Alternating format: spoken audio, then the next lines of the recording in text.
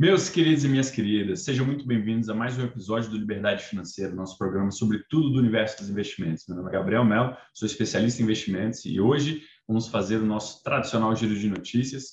Mas antes, lembra de seguir lá no Instagram o @escolha investir sempre. Porque como a gente sempre fala, investir é a gente garantir o nosso futuro, é a gente pensar e entender e viver esse mundo de uma forma sustentável. Porque se a gente poupa, se a gente investe, se a gente faz isso de uma forma regrada por toda a nossa vida, a gente com certeza vai conseguir ter um futuro melhor. Bom, pessoal, essa semana estamos aí às vésperas do 7 de setembro, né? Então, a gente tem tido muita demanda, né? O pessoal está questionando muito sobre essa questão do mas vai ter protestos, vai ter guerra, vai ter conflito, vai ter golpe, enfim. Né? Eu tenho recebido muito questionamento de clientes que estão preocupados com isso, querendo saber o que a gente acha, o que a gente vê aí de analistas, né? Pessoal, de tudo que eu tenho visto até agora, eu acho que a gente está num processo assim de muito barulho para pouca substância, sabe? A gente viu um processo parecido na questão daquele desfile de tanques, né? Lá em Brasília tinha uma votação e aí no mesmo dia da votação ia ter um desfile de carros, né, de guerra, enfim, de tanques, de veículos, né, militares. E aí ficou gerando todo aquele buchicho, meu Deus, vai ter golpe, não vai, tanques ali ao lado do Congresso. E no final foi muita piada, né? Uma chuva de memes, né? Os tanques fumacentos lá, meio velhos do exército, tadinho, né? Vários memes aí falando assim, expectativa, aí aqueles desfiles de tanques lá da Rússia, enfim, e aí a realidade, os nossos tanquezinhos lá soltando a fumacinha velha lá. Enfim, então eu não compro, pessoal, esse pânico, tá? Certamente pode ter repercussão no mercado? Pode, porque o mercado, ele pega no blefe, né? Se as pessoas acham que vai acontecer, acontece o fenômeno que no mercado a gente chama de profecia autorrealizável, né? Onde você vê que os grandes tubarões, eles tentam capitalizar naquilo que eles acham que vai acontecer. Então, se eles percebem que muita gente está com medo que caia, que o dólar suba por conta disso, eles vão aproveitar e vão fazer posições para ganhar com isso, né? Tem traders aí, tem operadores de mercado que ficam em função desse tipo de coisa. Então, na medida em que isso aconteça e que isso, né, se torne uma profecia autorrealizável, né, como a gente fala, entre aspas, certamente vai ter operadores que vão querer capitalizar em cima disso. Mas eu entendo que isso vai ser um movimento de curtíssimo prazo, alguma coisa bem especulativa, que não se sustenta como uma grande tendência, né? Então, é o que eu penso, né? Minha opinião pessoal. Claro, né, pessoal, não assumam posições nem compradas nem vendidas com base nisso, tá? E se forem fazer, lembre que nada do que eu estou falando aqui é uma recomendação de investimento. Procurem se atentar a todos os fatores de risco, né, dos seus investimentos, entender profundamente os fundamentos, que é isso que vai fazer a diferença no futuro. Pessoal, e também a gente tem visto a Bolsa Americana bater recordes, né? A gente está vendo lá o SP 500, o Nasdaq, o Dow Jones, tem tido sucessivos recordes. O mercado gostou muito do discurso de Jerome Powell, do presidente do Fed, lá no Jackson Hole, né? E que é um simpósio tradicional que o Banco Central de lá faz. Então, isso agradou bastante a ideia de que eles não vão ser afobados para tirar os incentivos. Aquele tapering que a gente vinha comentando, né? Que é a injeção de liquidez ali de 120 bilhões, mais ou menos, por mês, que o Fed vem fazendo, parece que vai se manter, mas com claras, né, indicações de que até o final do ano deve diminuir ou zerar isso. Mas o mercado gostou, né, dessa ideia de que não vai ser de uma forma brusca, vai vir com calma. Então, é uma possibilidade, né, de a bolsa continuar lá, né, lá fora a bolsa continuar subindo. Aqui no Brasil, a gente viu uma leve recuperação, né, a gente vinha falando das casinhas, né, das escadinhas. Então, batemos no 130, caímos para 125, aí ficamos lateralizados, 125, 130. Aí depois caiu de 125, foi para 120, aí ficamos nessa caixa, 120, 125. Aí perdemos o 120, flertamos ali com 115, chegamos a beliscar o 114, e aí depois deu uma recuperadinha por 120 mil pontos, o Ibov, né? E aí ficamos lateralizados, 118, 119, e agora novamente, na véspera aí desse processo de 7 de setembro, a gente vê a Bolsa fechando aí na faixa, oscilando, né, nessa faixa de 116 mil pontos, 115 mil pontos. Então, a gente está vendo que nossa bolsa está em compasso de espera, né? Embora existam papéis extremamente baratos, né? Valuations extremamente atrativos, empresas que vêm aumentando as suas perspectivas de lucro, a gente está vendo que o investidor não está comprando, né? E, inclusive, isso levou a própria XP abaixar um pouco a sua previsão para o Ibovespa no final do ano, que estava na casa de 145 mil pontos, agora está em 135 mil, e eles citaram muito essa questão micro, né, a questão da discussão política, que está pesando bastante, citaram a questão fiscal, né, que vem sendo preocupante, muito embora o que a gente tem visto também é que a previsão de déficit para o orçamento desse ano e do ano que vem do governo federal vem diminuindo, o que é bem positivo pelo ponto de vista fiscal, né? Então, a gente vê que a questão fiscal existe uma preocupação, mas ao mesmo tempo existe dados positivos também nessa área, né? Também em relação a isso. Então, a gente está vivendo um momento em que, de novo, a questão da desarmonia política, né? A desarmonia entre os órgãos de governo, os órgãos de poder, né? O STF, o Congresso, o Executivo, vem contaminando o ambiente, né? A gente está vendo também o presidente tendo muita dificuldade em administrar o país, né? A nomeação que ele fez ali para o Supremo Tribunal Federal do ex-advogado-geral da União, André Mendonça, né? Não parece que vai ser emplacada, né? Já ficou claro que o Davi Alcolumbre ali, que é presidente da CCJ no Senado, não vai dar colher de chá, né? Não vai entregar ali a votação. Eu, inclusive, estava lendo que ele falou que só vai pautar, ele teria falado isso, né?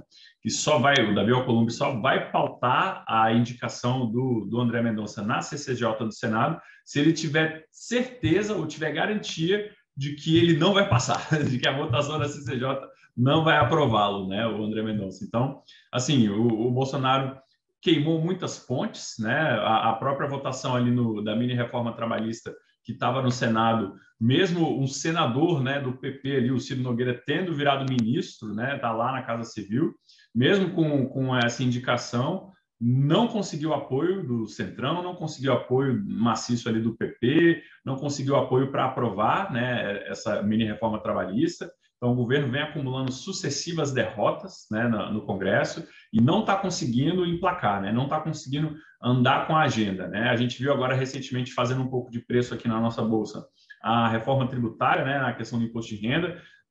Teve uma negociação, já foi aprovada na Câmara, né, e teve uma negociação para diminuir a alíquota de tributação de dividendos de 20% para 15%, né? Então, parece que vai andar, mas ao mesmo tempo no Senado eles não querem fazer uma reforma tributária só focada em imposto de renda, eles querem fazer uma reforma muito mais ampla, falando de impostos, né, impostos estaduais, impostos municipais, unificação de tributos, simplificação do sistema tributário. Então, muito pano para manga. Dificilmente a gente vai ver alguma coisa efetivamente sendo aprovada esse ano, porque se mudar no Senado, vai voltar para a Câmara, aí a Câmara pode modificar e volta para o Senado, que pode modificar de novo, e só depois que as duas casas tiverem aprovados, né, o texto em comum, é que poderia ser promulgado. Então, a reforma tributária fica cada dia mais longe, né? Pelo menos dessa mais ampla. Tá? Vamos ver se vai haver algum acordo para aprovar uma mais resumida, né? Focada na questão do imposto de renda. Mas o fato é que o governo tem tido muita dificuldade para entregar todas as mudanças que são dependentes de legislação, né? A gente viu a indicação da privatização dos Correios também, andando a passos de tartaruga, né? Não está evoluindo, acho que está no Senado também, por enquanto.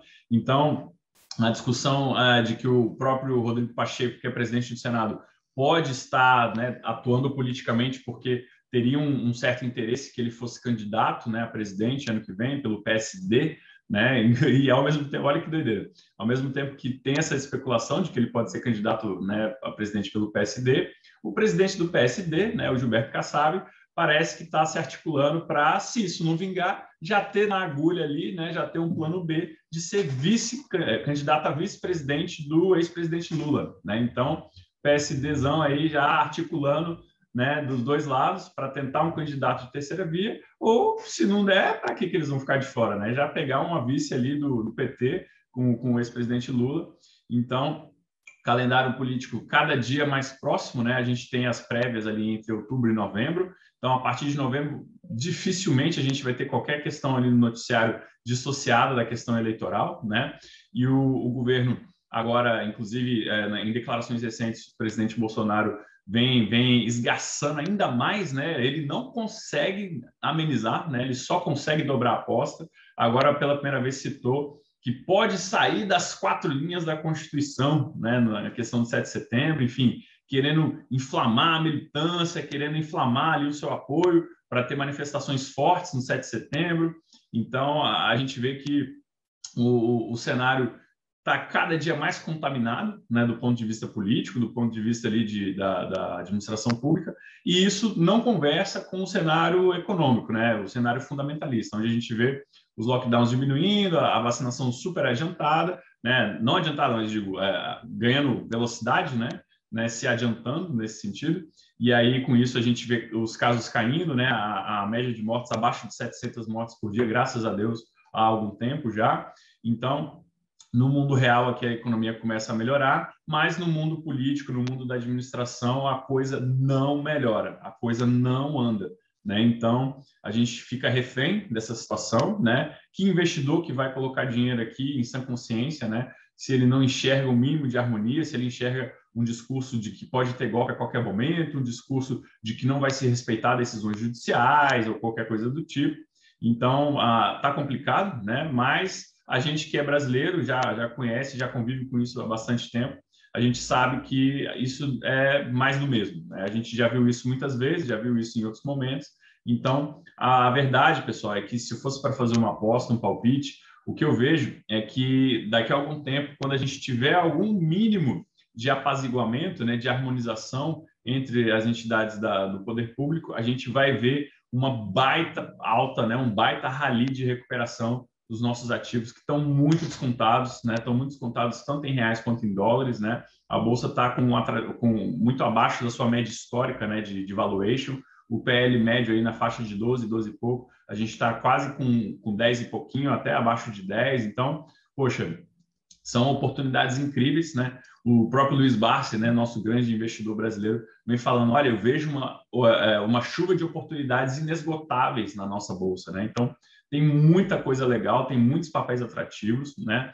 E, ao mesmo tempo, para o investidor que queira diversificar, agora, mais do que nunca, a gente tem muitas oportunidades internacionais que você pode acessar diretamente aqui do Brasil, né? Através de BDRs ou através de fundos, enfim, uma infinidade de oportunidades.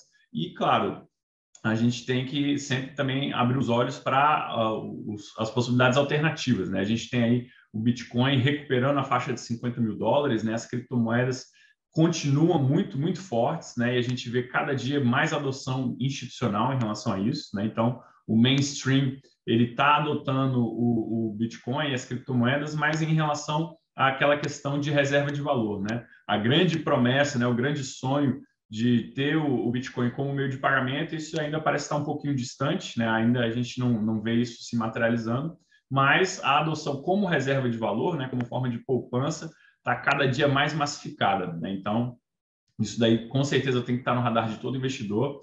Nas nossas carteiras sugeridas aqui da Nipro, a gente sugere entre 1 a 2%, né, do patrimônio dos clientes nessa faixa de ativos, né, em criptomoedas.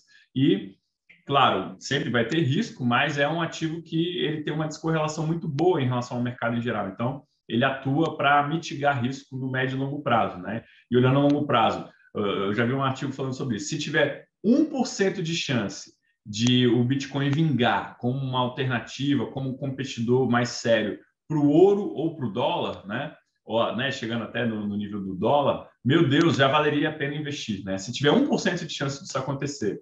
Então, é uma classe de ativos que a gente tem que ficar de olho, né? A gente tem que, né, entender um pouco mais sobre isso, pesquisar sobre isso, né? Acho que vale super a pena buscar se informar, buscar conhecer mais. Tem muito seminário, muitos vídeos, enfim, tem muito charlatanismo também, né? Então tem que tomar muito cuidado, cheio de golpes aí.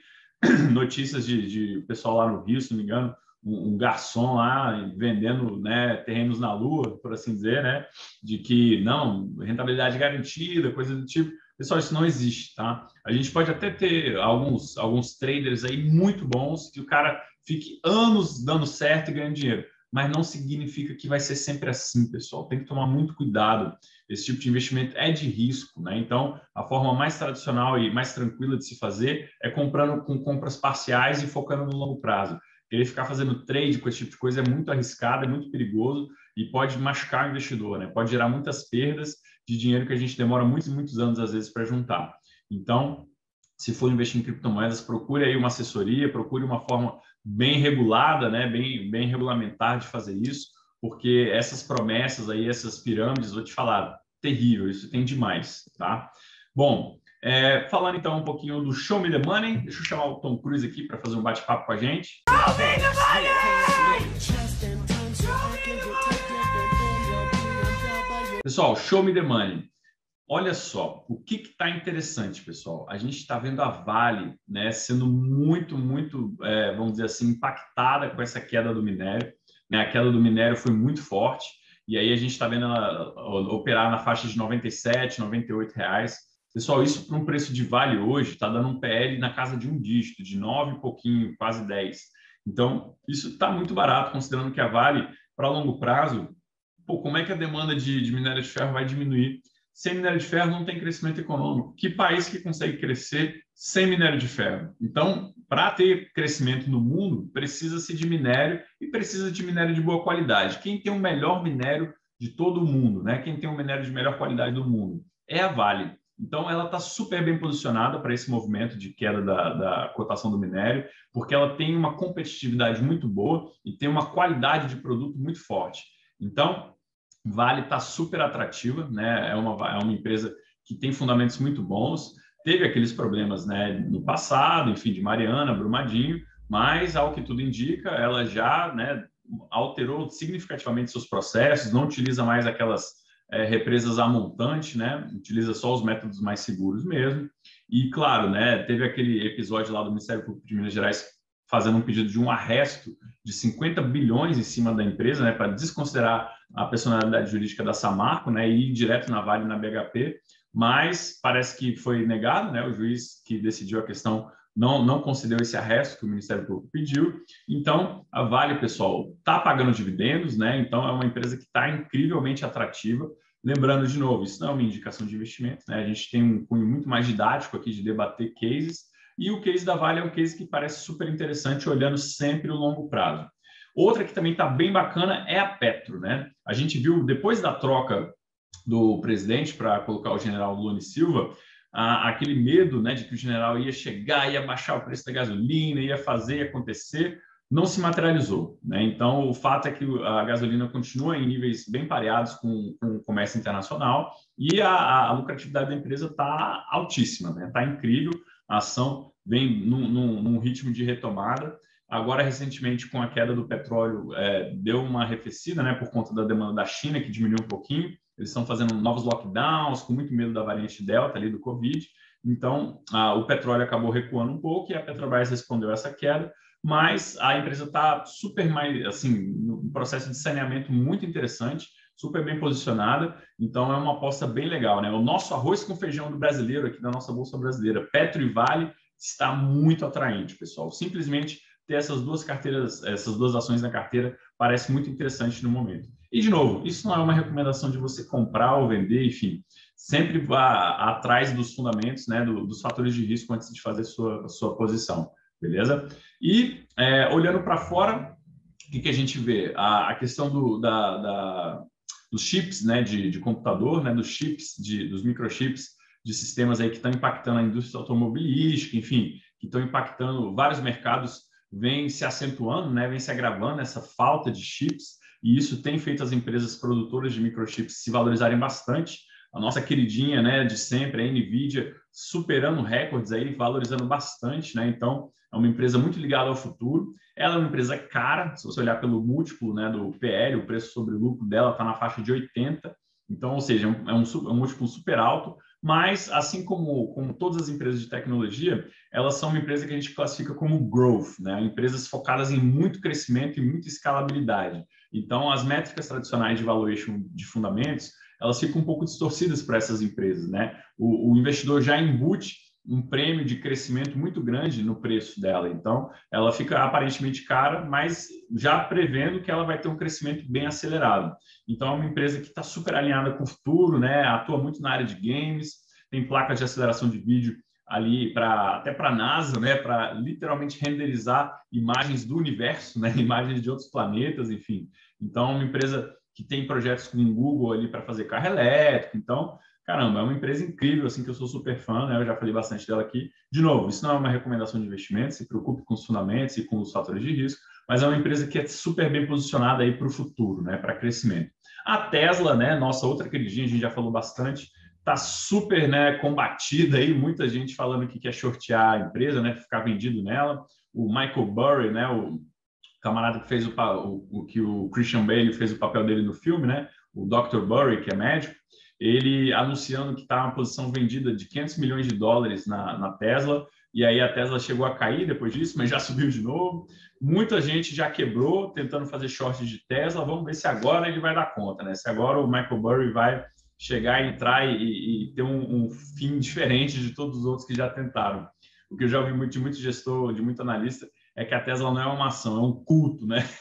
É tipo uma religião de quem acredita nela, assim, porque ela valoriza demais, mesmo sem entregar tantos resultados. Mas agora, recentemente, também, ela entregou vários resultados bem positivos, bem acima da expectativa dos analistas. Isso também alimentou essa retomada das ações. Mas o fato é que ela continua muito cara, né? Olhando pelas métricas tradicionais. Mas ela tem essa mística, né, de ser uma empresa que dita o futuro, né, que pode transformar o futuro da humanidade aí. Imagina carros autônomos, né, que você, pô, vai dormir e deixa teu carro trabalhando para você como Uber, né, de forma autônoma, te gerando renda, né, e aí você conectar isso com o telhado da sua casa, que vai receber energia da fotovoltaica e vai ter uma bateria lá da Tesla para armazenar essa energia. Imagina, você ter autonomia energética, né, dentro da sua casa, não precisar gastar com energia nem para andar de carro, nem para abastecer sua casa, né, porque você tem um circuito ali integrado que pega energia do sol, armazena e ainda joga para o seu carro para quando você quiser utilizar. Isso é um futuro que parece de filme, mas é uma realidade que está sendo construída aí pelo Elon Musk e pelas suas empresas, né? Então, é um cenário muito interessante enxergar como os investidores estão se posicionando, enxergando o futuro. E dentro dessa linha, pessoal, eu venho vendo assim, acompanhando de perto os ativos com aquela denominação ESG, né, de Environmental, Social and Governance, né, de empresas que se focam no impacto social, que se focam no impacto ambiental e que focam em governança corporativa profissional, performando muito melhor do que empresas tradicionais e performando ainda melhor, né, conseguindo superar ativos de tecnologia, né? A gente tem alguns produtos nessa linha e onde eu acompanho, né, ligado ali com os índices de tecnologia, superando um pouquinho, né, a rentabilidade desses índices nos últimos quase um ano. Então, poxa, são ativos extremamente interessantes que a gente tem que ficar de olho e aproveitar essas oportunidades. Bom, caminhando para os finalmente, pessoal, queria dizer para vocês que existem muitos perigos, né? A gente está num momento muito conflagrado do mercado, mas ao mesmo tempo tem muita oportunidade. A gente sempre fala isso, tem que ter convicção para investir, pessoal. Você tem que estudar profundamente os fundamentos econômicos para você entender acima do ruído, tá? Eu costumo falar muito com meus clientes sobre poker, né? Não sei se vocês já conhecem ou já jogaram poker, mas no poker, pessoal, é um jogo muito baseado em apostas e em blefs, né? Então, o que a gente está vendo, o que eu percebo, né, na minha opinião, é que está tendo muito blefe em relação a cair, a derrubar o preço dos papéis, derrubar o preço das ações, e as pessoas, por medo, não por convicção, mas por simples medo, vendendo, entregando papéis classe A a preço de banana, porque estão com receio de cair mais e perder tudo, né? Então, poxa, quando a gente estuda, quando a gente tem a convicção, quando a gente enxerga os fatos, os fundamentos, a gente constrói uma convicção, pessoal, que alimenta a gente, que alimenta a nossa confiança para além desses ruídos, né? Para além dessas questões mais transitórias, mais laterais ao mercado, mas que influenciam, né, as pessoas nas suas decisões de investimento. Então, o que eu recomendo e sugiro a todos vocês é estudar profundamente, ter muita convicção do que vocês estão fazendo, porque aí com isso vocês vão ver que o game de vocês, o jogo de investimento de vocês vai ficar muito mais parrudo, muito mais sóbrio, porque vocês vão estar aplicando com base em coisas que fazem parte do seu entendimento e não simplesmente especulação, né? Eu sempre gosto de falar, o especulador, ele se surpreende quando ele ganha dinheiro, né? Isso para ele é o diferente, né? O normal do especulador é perder dinheiro.